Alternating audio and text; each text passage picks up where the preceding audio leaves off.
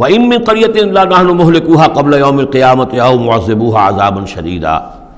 اور نہیں ہے کوئی بستی مگر یہ کہ ہم اسے ہلاک کر کے رہیں گے قیامت کے دن سے قبل، یا عذاب دیں گے اسے بہت ہی شدید عذاب۔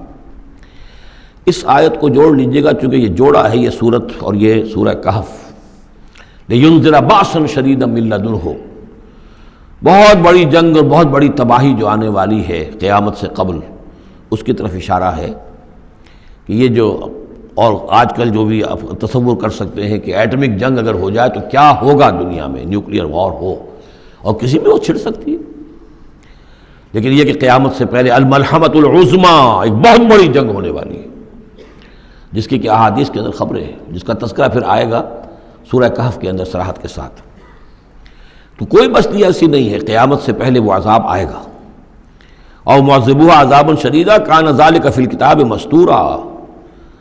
اور یہ تمام چیزیں جو ہیں اللہ کی کتاب میں لکھی ہوئی ہیں، طے شدہ ہیں، وہ آنا ہے، اس کا ایک ٹائم ٹیبل معین ہے۔